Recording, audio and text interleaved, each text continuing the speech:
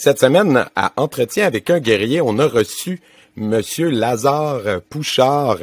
On a parlé de karaté Wichiryu, dans lequel il est maintenant 6e dan, et de Kobudo, dans lequel il est maintenant 4e dan.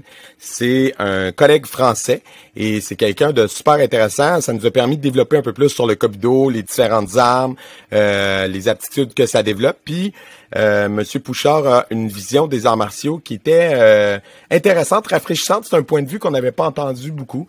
On a parlé beaucoup de fraternité, de collectivité martiale. Puis je pense que ça, c'est vraiment un aspect qui est important et qui est pas à négliger. Fait que j'espère que vous allez apprécier l'écoute. Pour tous ceux qui veulent soutenir le podcast, n'hésitez pas à liker, commenter et partager ce qu'on fait sur tous vos réseaux sociaux. Mettez des stories si vous aimez un épisode, on le partage à votre communauté. On sait qu'on a beaucoup de professeurs qui nous écoutent. Partagez-le à vos élèves. Essayez de justement aller chercher. Tu sais, des fois, on est comme...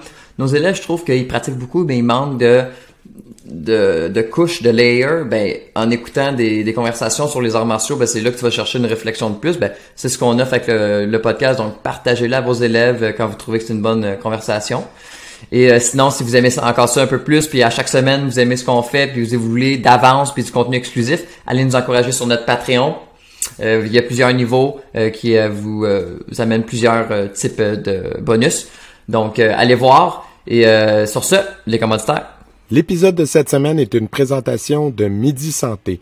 Midi Santé est une entreprise existant depuis 1996, spécialisée dans la confection et la livraison de repas santé destinés aux enfants en service de garde, en garderie et en milieu familial. Chacun des repas est conçu frais chaque jour, avec des ingrédients de première qualité et c'est ce qui fait leur renommée. Pour plus d'informations, c'est le 1-877-240-4866. Les cicatrices nous rappellent d'où on arrive, les combats qu'on doit livrer quand le destin chavire. Guerrier, on fera ce qu'il faut pour la famille. Cœur de lion, œil de tigre, on a la paix dans la mire. The battles are never ending, I know, but we will get up and get on with the fight, and we'll do whatever for what is right. Just put your trust in us, in us. Cette semaine, Entretien avec un guerrier, on reçoit un guerrier français en la personne de Lazare Pouchard, qui est nouvellement 6e dan en karaté et 4e dan en Kobudo. Et c'est super intéressant, j'ai vraiment hâte de pouvoir en parler parce que j'ai suivi virtuellement un séminaire que vous donniez durant la pandémie par curiosité. Je voulais voir, c'était ouvert à tous, donc j'ai été jeter un œil. Puis c'est vraiment intéressant. Donc on va pouvoir en parler, mais si on revient un peu sur votre parcours personnel, si vous pouvez nous situer pour les auditeurs à quel moment les arts martiaux sont arrivés dans votre vie, puis vous venez d'où aussi, là, tu sais, situer un peu vos débuts. Ok. Donc, moi, c'est à l'âge de 15 ans, j'ai voulu commencer un sport, en fait. Et j'ai d'abord essayé le foot. Et dès le premier entraînement, il y a eu de la bagarre. Alors je me suis dit bon, ça m'intéresse pas, si c'est pour faire du foot et de la bagarre, ça m'intéresse pas trop. Donc je me suis dit autant aller voir le karaté directement. Et de là, je suis tombé sur Jean Smith, qui était dans un petit club à La Riche. À ce moment-là, il était pas très connu à cette époque-là, mais il avait déjà un joli parcours. Et mais c'était l'école Game Boucan. Donc c'est Pierre Portocaero, Roland Bersetzer qui font cette pratique-là en France, donc ils sont assez connus. Et donc j'ai commencé avec cette école-là. Donc c'était une école assez ronde, assez fluide. Mais une vieille école de karaté, donc c'était une dimension traditionnelle mais pas vraiment sportive. Okay. Et en fait, au bout de quelques mois, Jean Smith nous a proposé de changer d'école parce qu'il voulait une école un peu plus martiale, qui amenait directement des techniques de la self-défense et un combat un petit peu plus dur, un peu plus réaliste. Donc c'est à partir de là que on est passé en Wichiryu en fait. et on s'est mis à suivre Shimabukuro Sensei, qui est le représentant Europe. Puis le Kobudo se fait en parallèle au sein de l'école de Wichiryu, c'est ça? Oui, tout à fait. Je m'en souviens, j'ai dû aller voir les cours le 28 septembre 1993. Donc c'était un mardi, et en fait 2 jours après, je me suis inscrit au karaté. Et le jour où je me suis inscrit au karaté, Jean me dit demain il y a Kobudo, est-ce que tu veux essayer? Et j'ai dit bah oui, j'essaye. Et en fait dans la foulée, j'ai commencé directement les 2 disciplines, quoi. Mm-hmm. Donc pareil à cette époque-là, Jean Smith suivait Kinyu Chinen, donc l'école de Matayoshi en Kobudo. Okay. Et après, dernièrement, ça fait à peu près 3-4 ans, maintenant il suit Takashi Kinjo en Kobudo. Donc ça change un petit peu au niveau de la pratique aussi. OK. Puis le Wichiryu, on en avait parlé un peu avec votre collègue Lionel, parce qu'il était venu sur le podcast aussi précédemment. C'est un style qui est reconnu comme étant très efficace pour l'autodéfense. Puis, est-ce que vous pouvez nous expliquer un peu pourquoi, tu sais, c'est quoi les caractéristiques du style qui le rendent vraiment efficace dans le fond? La particularité, c'est que en fait, on est en position haute. Donc c'est une position naturelle, comme si on marchait dans la rue en fait. Okay. Et à partir de cette position naturelle, on a des techniques très courtes et très directes à une distance très proche. Donc vraiment comme si on rencontrait quelqu'un et qui venait nous pousser ou nous saisir, nos katas, nos techniques nous amènent vraiment à travailler à cette distance-là et avec des techniques très simples pour pouvoir se défaire de saisies et bloquer rapidement, encaisser. Parce que quand on est à courte distance, c'est impossible de pouvoir bloquer tout ce qui va venir au niveau des attaques. Donc on nous apprend à encaisser des coups et même en encaissant un coup à rester mentalement serein pour pouvoir quand même riposter et se défaire de l'attaque et ainsi de suite, quoi. Donc voilà, donc c'est le côté un peu dur de l'école, c'est justement le renforcement, quoi, où on apprend justement à encaisser des coups dans les jambes, dans le ventre, dans les bras, dans la gorge. Donc voilà, c'est un peu une des bases de cette école. Ouais, c'est ça, le côté renforcement du corps, c'est quelque chose qui est assez un peu spectaculaire à voir, tu sais, pour quelqu'un qui regarde ça sur vidéo, etc., puis qui est pas habitué coutumier. Ça consiste à quoi un peu les exercices que vous faites? Moi, j'en ai déjà vu, là, mais pour quelqu'un qui sait pas de quoi ça a l'air, comment vous faites ça, renforcer le corps puis le préparer à recevoir des coups?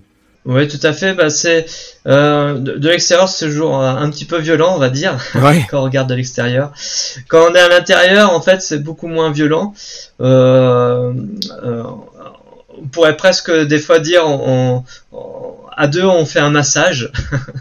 Parce que le but normalement du renforcement musculaire, c'est commencer très doucement, très progressivement, et petit à petit, en fait, que ce soit les muscles des avant-bras, du ventre, des cuisses, tout ça, le muscle se réchauffe et après il encaisse de mieux en mieux.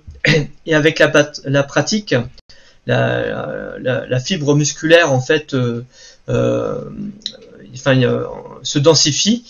Donc on a une densité musculaire un peu plus importante à force de faire du renforcement, ce qui amène petit à petit à des muscles qui sont moins sensibles d'une certaine façon au choc, en fait. Et du coup, mentalement, on est moins déstabilisé quand on reçoit un choc, parce que vu que ça fait moins mal, ça fait qu'on a l'esprit encore dans le combat ou dans l'agression, dans le travail à deux. Donc on n'est pas perturbé par rapport à ça. C'est vraiment en fait un travail de longue haleine. Il faut y aller progressivement pour pas s'abîmer les muscles, les articulations, les os aussi, parce que j'ai déjà entendu dire que y en a qui ont passé des radios et tous les os étaient fissurés un petit peu à force de faire du renforcement. Donc ça peut avoir l'effet inverse si c'est pratiqué très fort, sans précaution, tout ça. Donc faut vraiment y aller progressivement, et du coup ça a vraiment un effet bénéfique au niveau même de l'ostéoporose, tout ça, au niveau de l'os, parce que l'os se densifie aussi, c'est pas que les muscles. Donc au niveau santé, c'est très bénéfique. Puis dans votre en parallèle avec votre pratique, est-ce que vous êtes un des chanceux qui est capable d'enseigner professionnellement ou vous faites autre chose à côté? Bah moi du coup ça fait 28 ans que je pratique. Okay. Et ça fait un peu, et en fait mon professeur Jean Smith, quand il est parti de Tours, il m'a laissé ses 2 dojos. Okay. Donc vers 98-99 par là, j'ai commencé à l'enseignement, mais comme vous dites à titre de bénévole. Et après j'ai passé mon diplôme d'État pour être payé et en faire un métier. Et du coup depuis un an je fais à 100% le shiatsu. Donc j'ai une école de shiatsu et je suis praticien shiatsu. Et en plus de ça, je donne des cours de karaté et de kobudo. Ok. Donc au sein d'une association, mais aussi des particuliers qui viennent ponctuellement apprendre le karaté. Mais je trouve ça intéressant parce que justement, tantôt je faisais mention que j'avais vu un séminaire en ligne que vous aviez fait. Je me suis fait vraiment tout discret, je voulais être observateur puis comme ça m'intéressait. Puis je trouve que vous êtes vraiment bien adapté à l'enseignement en ligne. Vos explications sont claires, puis vous expliquez avec des angles et tout, puis je pense que c'est la clé, là. Quelqu'un qui est pas habitué, puis qui fait son explication comme d'habitude, puis je te l'explique une fois, puis si t'as pas compris, je ne répéterai pas, ben ça fonctionne pas. Il faut que tu puisses montrer différents angles, puis prendre les questions, parce que c'est sûr que en enseignement par Zoom, les gens, des fois, vont manquer des éléments puis vont avoir des questionnements. Puis là-dessus, bravo. Là. Comment vous avez trouvé ça de faire le passage au numérique? Forcé, forcément. Eh ben, j'avoue, j'étais un peu réticent. Ouais. Malgré que mes élèves étaient demandeurs, tout ça. Certains, une partie. Et en fait, à partir de janvier, quand j'ai vu que ça allait déboucher, qu'on n'allait pas pouvoir reprendre de suite, je me suis dit c'est bien dommage, et du coup j'ai créé les cours en ligne avec Zoom, comme tu as dit, et je me suis dit c'est aussi l'occasion de demander aux amis qui sont aussi dans l'école WeCheerYou. Donc on a une association, c'est WeCheerYou Europe. Et du coup on est plusieurs professeurs de 5, 6e dan, et en fait je leur ai demandé si ça les intéressait de donner les cours avec moi, et ça fait qu'il y en a 6 qui étaient partants. Donc ça fait que tous les 2 jours tous ceux qui voulaient pouvaient participer au cours de karaté via Zoom.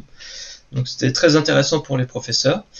Et pour ma part, c'était très intéressant aussi au niveau pédagogique, parce que comme tu disais, ça permettait de faire voir des techniques, mais de l'expliquer autrement en Zoom en fait, en faisant voir, comme tu disais, des angles différents que en cours. Souvent on reste de face et on pense pas forcément tout le temps à se tourner, à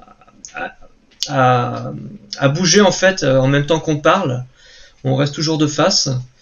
Et là en fait avec le zoom, naturellement, je pense pour faire voir des techniques, le placement précis, tout ça, on a plus réfléchi à comment faire passer le message et comment bien positionner son corps, parce qu'au bout du compte, vu que on pouvait pas, il n'y avait pas de travail à deux, on a mis l'accent en fait sur le travail seul. Et le travail seul, c'était l'occasion d'affiner le positionnement du corps au niveau structurel, mais aussi parler de l'énergétique. Savoir qu'en se positionnant d'une certaine façon, ça fait circuler l'énergie d'une certaine façon aussi. Et ce qui va aider pour pouvoir faire des frappes plus puissantes, pour pouvoir bloquer plus facilement, etc., etc. Puis, dans le fond, je pense que pour le karaté du moins, et puis le kobudo aussi, on avait cet avantage-là de pouvoir miser sur la pratique individuelle, parce que c'est clair que nos collègues de jiu-jitsu puis de judo, eux, l'ont eu plus difficile avec la distanciation, là. Mais pour ça, moi, en tout cas, je nous trouvais chanceux, là, parce que je les voyais combattant ne sans pas pouvoir. essence Ouais.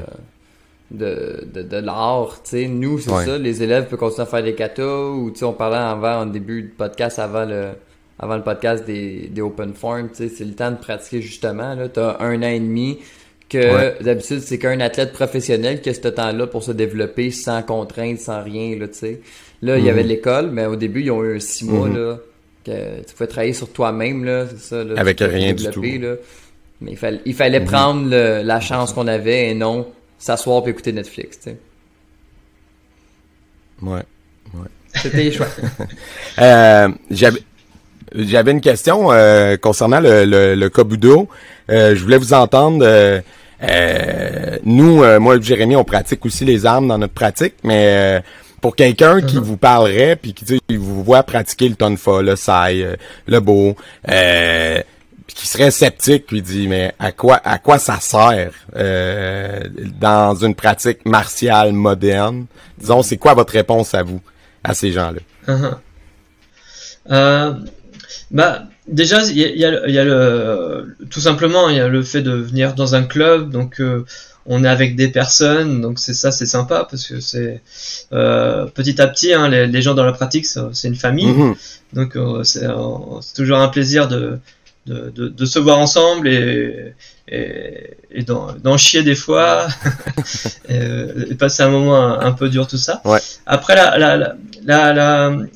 les armes par rapport au karaté, c'est que ça enrichit en fait par rapport à une pratique de main nue, c'est que des fois ça va élargir une réflexion par rapport à des mouvements, à des placements, à des distances, à du timing. Au karaté, on est toujours un peu sur la même distance. Avec les armes, ça va rajouter un autre élément. Donc ça va être intéressant. Et chaque arme a une synergie, des angles d'attaque, tout ça. Et après on se dit tiens, avec le karaté, je vais peut-être pouvoir utiliser ce mouvement-là aussi. Sans les armes, mais avec la main, je vais faire comme si j'avais un bâton et ça donne quelque chose à main nue, et etc. Et le tonfa, ça va être d'une façon, le sai c'est une façon, le nunchaku c'est encore une autre façon, le nunti aussi. Enfin, chaque arme a une particularité, une couleur, et du coup ces sensations-là, on peut après les mettre dans le karaté. Et ce qui fait une richesse encore plus importante dans notre pratique de main nue. Donc ça c'est intéressant. Et après, pour le travail à deux, quand on travaille à deux avec les armes, on n'a pas le droit à l'erreur. Donc au karaté, il y a un coup de poing qui passe, c'est pas agréable, sur le nez, tout ça. Mais là, s'il y a un sai qui va dans l'œil, là on peut pas. Là. Non. C'est donc au niveau de la concentration aussi, c'est très intéressant parce que quand on y va vraiment, on n'a pas le droit à l'erreur.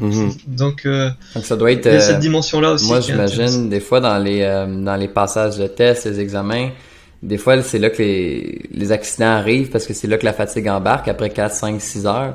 Donc ça doit être les examens de Kobudo est-ce que sont pensés en conséquence de, ou il y a quand même des combats des fois vers la fin de l'examen, puis comme vous dites là avec les sai, ou vous dites comme ouf, on met ça au début parce que là si à la fin ils se crèvent l'œil. Non mais tu sais c'est parce que nous on le fait, mais comme vous avez dit, un coup de poing, un coup de pied, tu te relèves, mais un sai dans l'œil, tu sais c'est mieux de commencer peut-être quand t'es sharp puis vif.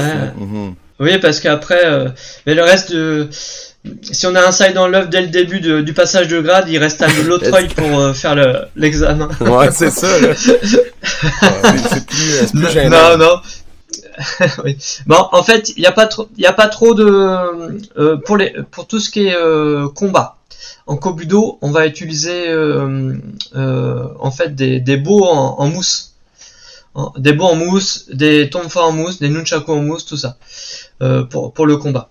Après, pour le travail à deux avec les vraies armes, on va juste demander en fait les applications, les bunkai des katas. Donc pour ça, en général, par passage de grade, on va demander juste un kata et 3 passages. Donc on demande pas beaucoup justement pour aller dans ton sens, pour éviter que il y a des accidents, quoi. Donc il y a beaucoup d'exercices tout seul et en fait on demande après un bunkai d'un kata, donc 3 séquences à peu près. Et à partir de là, ça se sent après avec de la pratique, hein. Enfin vous devez le constater, en très peu de temps on voit la personne si elle a le niveau ou pas. Après c'est sûr que c'est pas à l'examen de Kobudo où physiquement on va en chier le plus parce que on va privilégier la sécurité. J'allais dire, moi ce que j'aime avec le maniement des armes traditionnelles, comme le sai, le nunchaku, le tonfa ou le bo aussi bien sûr. Moi j'ai jamais touché au eku. T'as-tu déjà fait ça toi Jérémy, la rame? Non. Ce que j'aime c'est que ça nous amène à développer de la dextérité, mais autrement, parce qu'un sai, pour les gens qui en ont jamais fait, là, pivoter un sai avec les doigts, là, ça fait travailler ici, là, mais un niveau vraiment différent. Puis le tonfa, ben ça fait travailler des rotations, mais encore là, différentes. Fait que ça fait travailler ton poignet, mais pas de la même façon que le sai. Même chose dans le nunchaku, c'est une autre forme de dextérité puis de coordination. Puis là, le eku, ben là, c'est autre chose, j'ai jamais fait, mais c'est juste ça. Physiquement, je pense que c'est des gains pour un pratiquant. Ces petits détails-là que ça te fait travailler que le main nue, tu ferais pas travailler. D'avoir autant d'armes dans notre style, pareil. Comme tu disais tantôt, là, c'est quand même c'est unique. Ouais. Là. Ou si on touche à plusieurs choses, là. Ouais. Puis ouais, c'est ça, ben pour quelqu'un qui sait pas, là, est-ce que vous pouvez nous énumérer un peu les armes auxquelles vous touchez dans le Kobudo, dans votre école? À part celles qu'on a mentionnées. Donc les 4 premières armes, c'est de base en fait qu'on travaille en général jusqu'à la ceinture marron. C'est les 4 armes des Tortues Ninja. C'est une bonne référence. Donc ouais, tout le monde connaît. Ouais, voilà. Je sais pas au Québec. Hein, oui. Si vous connaissez aussi les Tortues Ninja. Oui, très fort. Ok. Donc le bo en premier. Après on fait sai et tonfa. Et après le nunchaku. Okay. Donc ça c'est les 4 premières armes. Okay. Dans notre école, le nunchaku, le honjondo, donc les techniques de base où on répète le kion, se pratique avec 2 nunchaku en même temps. Okay. Et des fois 1 dans chaque main ou des fois 2 dans la même main. C'est vraiment pour travailler la musculation, tout ça. Okay. Ça oblige vraiment à lâcher les épaules parce que quand on en fait une demi-heure, c'est assez fatigant. Et après, à partir de là, on va travailler le Tinaka. Donc Tinaka, c'est l'ancêtre du poing américain. Donc c'est tout petit, hein, ça tient dans la main. Mais il y a 3 pics. Il y en a un qui sort entre ici, un pic en haut, un pic en bas. Donc ce qui permet d'avoir des techniques vraiment pour trapper, piquer les points vitaux, tout ça. Ou les yeux, la gorge, des trucs simples. Voilà. Se dessaisir aussi, il y a pas des techniques. Ah oui, c'est clair. Au point de pression, j'imagine, parce que Wichiryu, en plus, c'est très fort. Vous êtes très fort là-dedans, tout le travail avec les points de pression. Ouais. Donc la Tinaka, c'est encore. Il y a une belle compatibilité là. Ouais.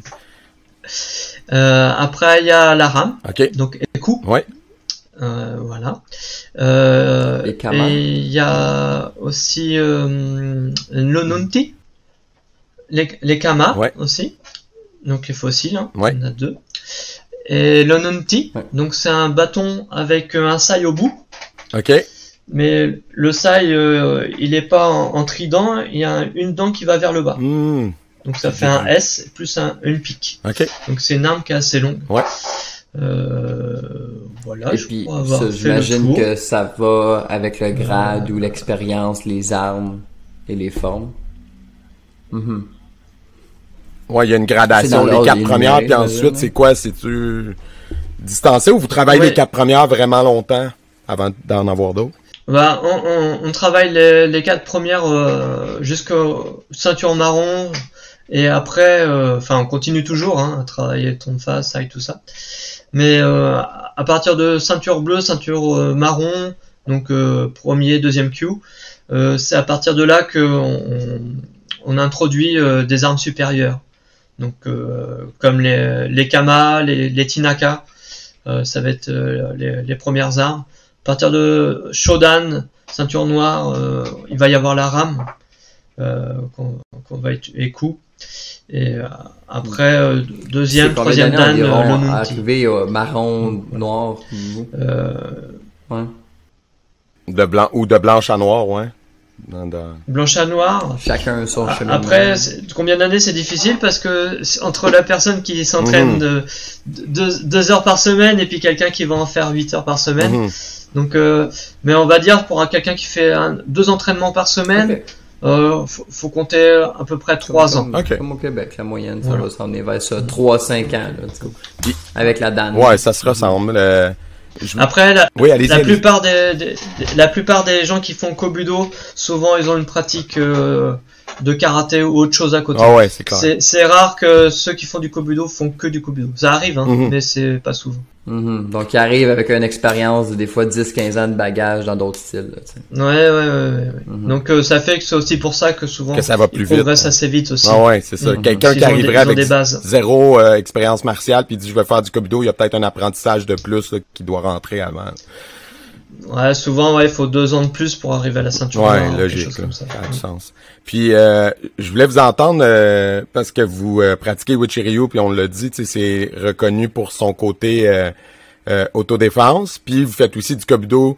Il y a des débats très chauds de votre côté de l'Atlantique dans les derniers mois ou dans la dernière année entre des gens sur, disons, application dans la vraie vie, application pratique, application dans la rue et donc autodéfense contre MMA puis Muay Thai etc.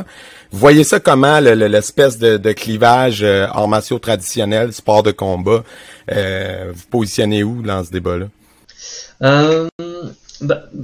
Disons que pour moi c'est pas les mêmes orientations, la même philosophie de pratique.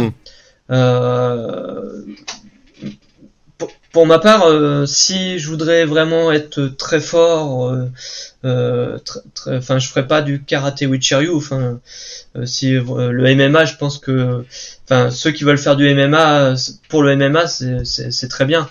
Mais après, si on veut faire sur un ring, tout ça, faut faire de la boxe thaï, par exemple. Mais c'est sûr, suivant la pratique que l'on veut, l'orientation que l'on veut, on va choisir telle ou telle pratique. Pour moi, je m'estime pas être très fort, etc., etc. Les arts martiaux, pour moi, c'est un outil pour me sentir bien dans la vie, pour être une personne coordonnée, en bonne santé, et c'est un outil de fraternité où on tisse des liens avec des gens et on essaye de valoriser les personnes qui pratiquent pendant les cours pour leur donner confiance, pour qu'ils puissent faire qu'ils puissent voir haut au niveau du travail s'ils veulent un poste meilleur mais ils s'en sont pas capables, tout ça, avec les arts martiaux ça amène de la confiance et se dire que les limites faut les repousser, quoi. Et donc je pense que c'est une philosophie pour être bien dans la vie, quoi, et avec son prochain et bien avec sa santé aussi, et voilà. Mais j'ai pas vraiment l'aspect je pense qu'il faut être très humble sur l'aspect combat, efficacité, tout ça. Parce que ça dépend toujours des règlements au bout de la ligne. Ouais, c'est ça. Puis à la fin de la journée aussi, je pense que c'est correct. Tu sais, vous l'aviez évoqué un petit peu, puis c'est une vision aussi qu'on a entendue de d'autres invités, puis qu'on dit pas assez, que c'est correct, je pense, dans la vie de faire une pratique X ou Y parce qu'on aime ça.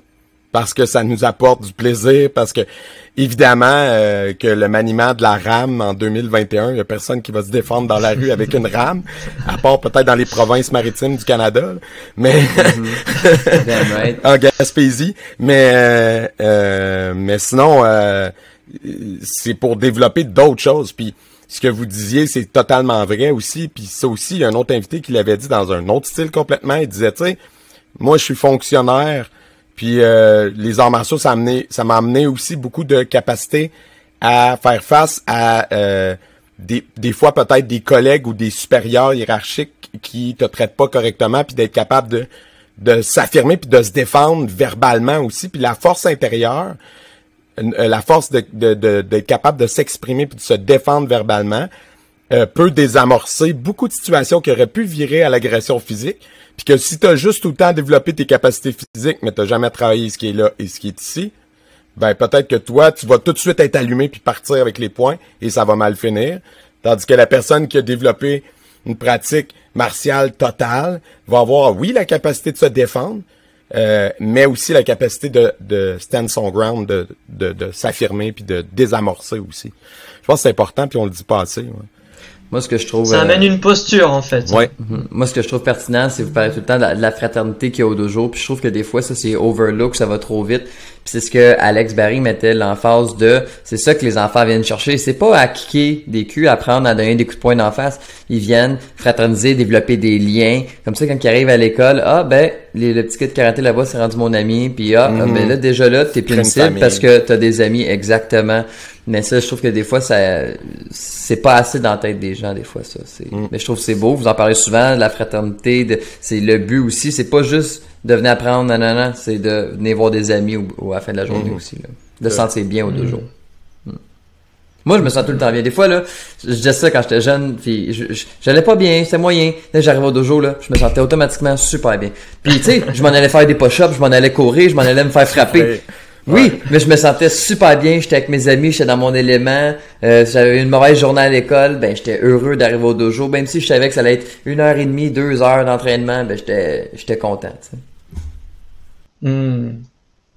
Ouais. Mais c'est vrai qu'aussi l'entraînement amène une posture intérieure et qui fait que avec cette posture intérieure, souvent on n'est pas trop, on n'est pas emmerdé du coup en fait. Je parle un peu vulgairement, mais quand on se promène en ville, le fait d'avoir une posture fait que on n'est pas les premières personnes à se faire agresser, quoi. Donc c'est aussi dans ce sens-là où la pratique des arts martiaux est intéressante, quoi. Parce que souvent ceux qui se font agresser, c'est une posture quelque part qui fait que les agresseurs sont attirés. Ben oui, ils vont chercher la proie facile. Vers cette proie. Ouais, ça vraiment. Oui. Ouais, c'est ça. Le monde qui disent à un moment donné, c'est en tout cas c'est un homme qui agresse une femme, puis il y a un gars qui intervient. L'homme, il est parti, le gars dit « T'es courageux ». Je suis pas courageux, c'est un batteur de femmes. Ce gars-là, il est aucunement courageux, là. Un homme va le voir, il part, là, c'est un homme qui a aucun courage. Et tu sais, donc intervenir dans des situations comme ça où des gens qui intimident, ben c'est pas un gars qui est courageux. S'il était courageux, il irait voir le plus grand de l'école puis aller l'écœurer, tu sais. Non, mais c'est ça, tu sais. Et là, lui, je te dirais de pas aller le voir puis l'écœurer, tu sais. Mais quelqu'un qui s'en prend au plus faible, il a aucun courage puis aucune confiance en lui, là, tu sais, parce que sinon il ferait pas ça, là. Donc c'est tout là pour les autres. Un kobudoka qui s'entraîne, ça a l'air de quoi? C'est quoi un plan d'entraînement? Quelqu'un qui est à la maison puis qui veut développer des capacités pour être efficace en kobudo, qu'est-ce qu'il devrait rechercher? C'est quoi vos petits trucs sur lesquels vous mettez l'emphase pour que les élèves s'améliorent?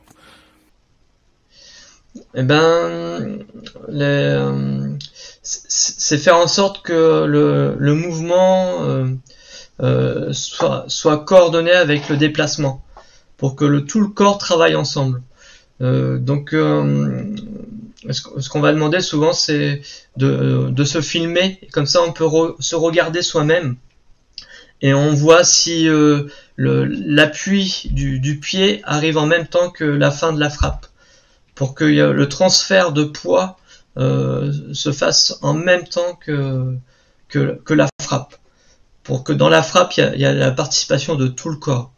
Donc, et ça, c'est pas toujours évident soi-même d'avoir du recul pour ressentir. Donc, se filmer, c'est intéressant parce que là, on voit s'il y a des décalages. Souvent, il y a des décalages parce que, moi-même, c'est un truc que je travaille, mais avec les années, en fait, petit à petit, le décalage est de plus en plus petit, quoi. Donc c'est un peu un objectif, quoi. Je cherchais que la synchronicité des mouvements, ça soit parfait pour ne pas perdre de temps. Et c'est là que quand on voit c'est Takashi Kinjo, hein, qui est 10e dan, qui a 80 ans, que l'on suit. Et quand on le voit pratiquer et se mettre devant quelqu'un, ben il est présent partout et on n'a pas le temps, quoi. Parce que il est directement ici, quoi. Donc c'est ça, c'est être partout et tout de suite, quoi. Faut pas qu'il y ait un moment de perdu, faut pas qu'il y ait un temps de perdu. Faut être tout de suite devant et pas laisser la place au partenaire, quoi. Donc pour ça, il faut vraiment être coordonné et dans le timing, quoi. Puis vous, est-ce que vous avez des enfants? Oui, deux. Est-ce que le passage de cette passion-là de peut-être un art qui peut leur sembler d'une autre époque, là, est-ce que ça s'est fait? Est-ce qu'ils ont eu la piqûre eux aussi ou comment ça se passe? Non, mon fils en a fait 4 ans, mais il a commencé à 4 ans. OK. Et après il est parti au foot. OK. Et ma fille en a fait 1 an, elle est partie. OK. Bon, ils vont peut-être revenir en vieillissant aussi, hein. Des fois, ça peut être up and down, ces choses. Ils sont plus intéressés par le shiatsu, par contre. Ah ouais? L'effet de soigner les gens, tout ça. Puis je suis assez dans l'énergétique, donc le fait de faire ressentir les énergies au niveau du corps, au niveau émotionnel, où c'est bloqué, etc., etc. Au niveau de l'aura, tout ça. Et du coup, ça, mes enfants, ils aiment bien ressentir ça et me soigner quand j'ai des douleurs, des choses comme ça. Ils sont plus dans cet aspect-là que les arts martiaux. Puis le shiatsu, ça travaille sur quoi? C'est quoi les grands principes? Donc le shiatsu, c'est le fait c'est des pressions que l'on fait avec la paume, le pouce, les coudes, sur le corps. Et en fait, on va travailler sur les points d'acupuncture. Donc c'est basé sur la médecine chinoise. Okay. Mais il y a aussi eu des échanges avec les chiropracteurs. Okay. Du coup, il y a du travail aussi au niveau de la structure. Okay. Donc ou de l'ostéopathie, je sais pas s'il y en a beaucoup. Oui, il y en a au Québec, oui. Les ostéopathes. Donc du coup, c'est un mélange de tout ça. Donc travail sur des points d'acupuncture, mais en même temps sur les fascias. Comme les ostéopathes travaillent. Ok. Donc c'est un mélange de tout ça. Ah ben ok, parfait. Écoutez, merci beaucoup. Je pense que on a fait un tour vraiment intéressant des arts que vous touchez. Puis si on a réussi à démystifier des aspects pour les gens qui nous écoutent, tant mieux. Puis merci de nous avoir donné du temps ce soir pour vous. Puis voilà.